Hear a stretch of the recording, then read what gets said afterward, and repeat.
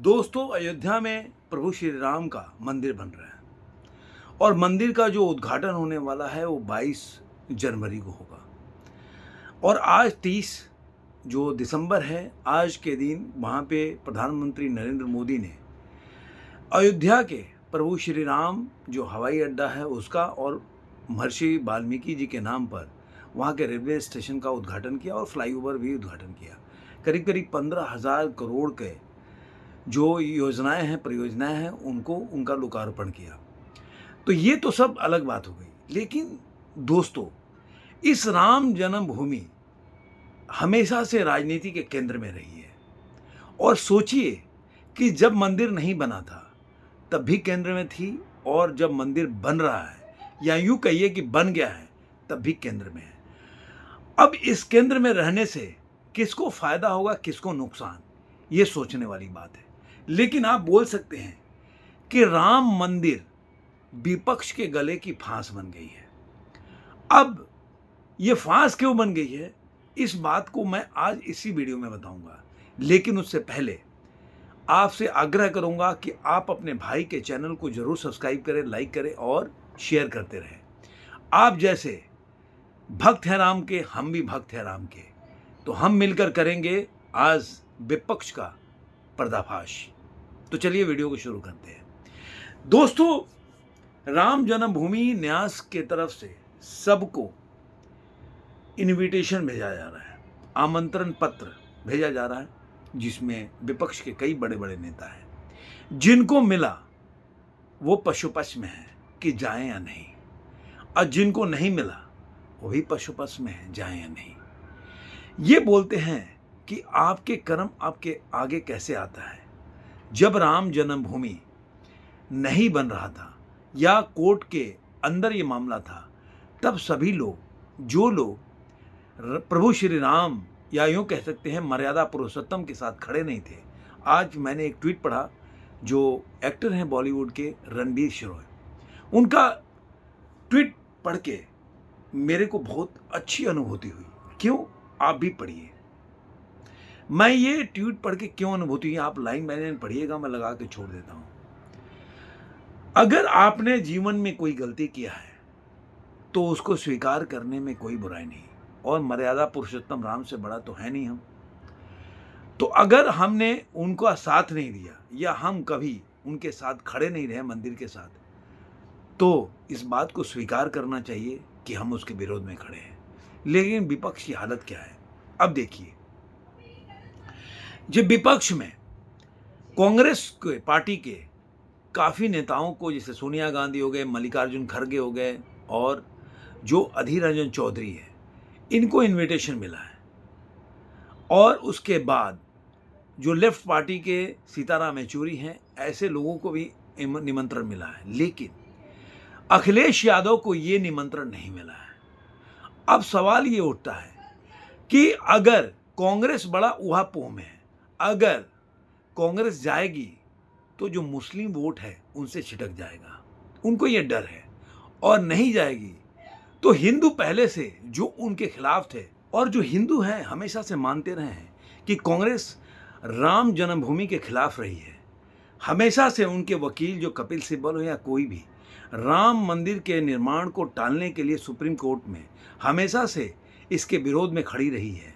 तो वो आज के टाइम में जब हिंदू, यूँ कह सकते हैं कि एक जागरूकता का लहर जैसा कि माना जाता है, जिसकी वजह से बीजेपी जीत रही है, ऐसा कांग्रेस का ही मानना है, उस हिसाब से तो ये इनके लिए गले का फांस है कि अगर नहीं गए तो जो थोड़ा बहुत भी हिंदू अगर इनके साथ हैं, उनके दिल में भी आएगा कि आखिर कांग्रेस को हिंदुओं से इतना जलन क्यों है। और हिंदू बहुसंख्यक समुदाय है। अगर मान लीजिए कि उनका वोट बैंक पे अगर 5% भी अंतर होता है, तो आप सोच लीजिए कितने सीटों का नुकसान हो सकता है। ऐसे ही कांग्रेस के वोट परसेंटेज बहुत कम है। अगर उसमें से अगर कोई भी डेंट होता है, तो आने वाले 2024 के लोकसभा चुनाव में कांग्रेस को कितना बड़ा खामियाजा भुगतना पड़ सकता है, ये आप आइडिया लगा सकते हैं। तो कांग्रेस यहाँ पशुपक्ष में है कि जाएं कि नहीं। इसलिए जब भी इनके जो भी नेतागण हैं उनसे सवाल पूछा जा रहा है या मीडिया सवाल पूछ रही, तो वो टाल मटोल करने का प्रयास कर रहे हैं। वो बोल रहे हैं हम निर्णय करेंगे, प्रभु श्री राम जो हैं सबके दिल में हैं, सनातन के दिल में, हम सनातनी हैं, मतलब तरह तरह की बात। लेकिन एक सीधा सवाल का सीधा जवाब नहीं दे पा रहे कि वो 22 जनवरी को रामलला के जो प्राण प्रतिष्ठा होगा उसमें जाएंगे या नहीं। ऐसे ही ऊहापोह है उद्धव ठाकरे के साथ। उद्धव ठाकरे साहब को निमंत्रण अभी तक नहीं मिला, जिसकी वजह से संजय राउत है वो बयान दे रहे हैं कि रामलला को हाईजैक कर रहे हैं बीजेपी के लोग। उसमें उन कोई ऐसे शब्दों का प्रयोग कर रहे हैं जो कि उनकी ही जो पार्टी की निष्ठा रही है राम के प्रति उसको डेंट करता है। क्योंकि आप जब भी बोलते हैं बीजेपी के खिलाफ, तो जब राम प्रभु श्री राम का नाम लेते हैं तो सावधानी बरतना चाहिए। आप नाम को अगर गलत तरीके से रखेंगे तो आपका और बीजेपी का वोट बैंक एक ही रहा है, तो कहीं ना कहीं आप अपने वोट बैंक को नुकसान पहुंचा रहे हैं। तो ये हो गई उनकी बात। अखिलेश यादव, उनको निमंत्रण नहीं दिया गया अभी तक। तो अखिलेश यादव के जितने भी पार्टी के लोग हैं इस पे बोलने से बच रहे हैं, और इसलिए भी बच रहे हैं क्योंकि उनके स्वामी प्रसाद मौर्य हैं, वो रोज राम प्रभु श्री राम के प्रति कुछ ना कुछ ऊटपटांग या हिंदू के प्रति ऊटपटांग बयान देते रहते हैं। डिम्पल यादव ने भी इसका खंडन किया। लेकिन अब अगर जो पहले से उनके पार्टी के ऊपर एक धब्बा लगा हुआ है कि वो हिंदू विरोधी हैं या प्रभु श्री राम के जो मंदिर हैं उसके खिलाफ रहे हैं, मुलायम सिंह यादव से लेकर अखिलेश यादव, तो आज के टाइम में हिंदू के खिलाफ जाना एक बहुत बड़ा जोखिम भरा काम है। तो इसको बहुत सोच समझ के करना पड़ेगा। तो अगर जाते हैं तो मुस्लिम वोट बैंक को नाराज करेंगे, और नहीं जाते हैं तो हिंदू वोट बैंक इसमें डेंट पड़ेगा। अब यही हालत आरजेडी का भी है, यही हालत जेडीयू का भी है। कोई भी इस पे मुखर होके बोलने को तैयार नहीं है। कहते हैं कि समय कितना बलवान होता है आप अंदाजा नहीं लगा सकते।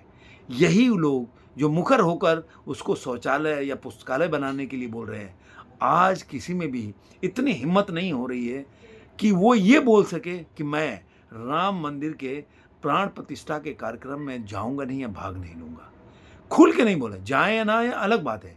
एक लेफ्ट पार्टी को छोड़कर जो उन्होंने भी खुल के नहीं बोला। उन्होंने क्या बोला कि ये बीजेपी का एजेंडा है, हम प्रभु राम को मानते हैं, सब धर्म की इज्जत करते हैं, लेकिन हम उनके वो जो उन्होंने ये अपने वोट बैंक के लिए जो चला है, इसको राजनीतिक करना है, उसमें सम्मिलित नहीं होंगे। उन्होंने ये नहीं बोला कि हम प्रभु श्री राम में नहीं जाएंगे। तो आज का टाइम देखिए समय कितना बलवान होता है कि अगर राम मंदिर के प्रति अगर बहुसंख्यक समाज का एक अगर आस्था जग जाती है, तो यही नेता जो प्रखर होकर आज से 4 साल 5 साल पहले और 10 साल पहले पर मुखर रूप से विरोध करते थे, बोलते थे, आज कोई वहां बोलने के लिए तैयार नहीं है। केजरीवाल का एग्जाम्पल ले लीजिए।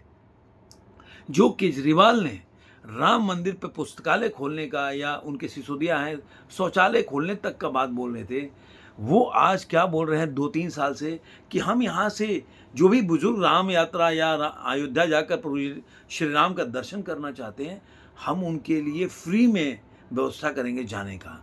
तो आज ऐसा है कि प्रभु श्री राम मंदिर बनने के बाद भी विपक्ष के लिए गले की फांसी है, और इसमें बीजेपी का तो वल्ले वल्ले है। अगर आए तो बीजेपी उसको दूसरे तरीके से बोलेगी कि देखो ये लोग पहले विरोध करते थे और अभी आ गए, क्योंकि ये, और बीजेपी अगर नहीं आए तो ये बोले देखो शुरू से ही राम विरोधी हैं लोग और हिंदू विरोधी हैं। तो इस तरह का नैरेटिव सेट करने के में सफल हो जाएगी। सब मिला जुला के इस खेल में मुझे लग रहा है बीजेपी जीती हुई दिख रही है, और विपक्ष को समझ में नहीं आ रहा है इसका जवाब कैसे दिया जाए। वीडियो आप लोगों को कैसा लगा जरूर कमेंट बॉक्स में बताइएगा। फिर मिलेंगे ऐसे ही किसी वीडियो में, और इसी तरह एनालिसिस करेंगे पॉलिटिकल साइंस का।